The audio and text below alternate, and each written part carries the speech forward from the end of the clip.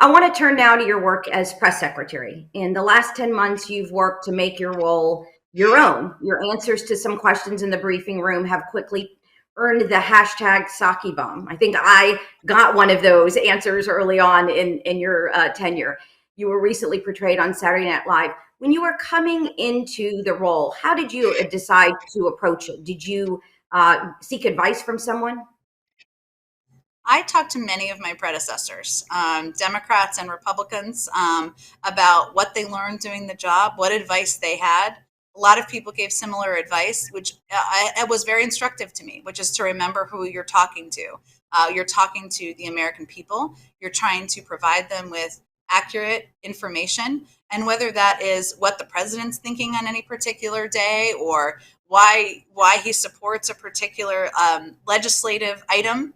One of the other pieces that has been very important that a lot of people gave me advice on too, but most importantly, the president, is about the tone, and the tone you use when you speak from that podium.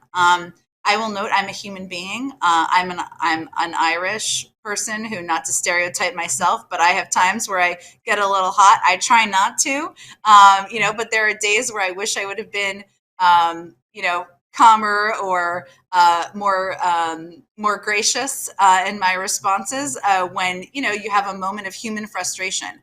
But I will tell you, Anita, that how I try to approach it is trying to use it as a forum for providing information to the public and trying to treat people on my best days with respect. What I think is also important for people to know and understand is that the back and forth, and I hope you agree with this from covering this White House and others, is a healthy part of democracy. Your job, the job of White House reporters, is not to treat me with kid gloves or always agree. It's to push me, to push for more information, to push for more access, to push for more answers. That's their job.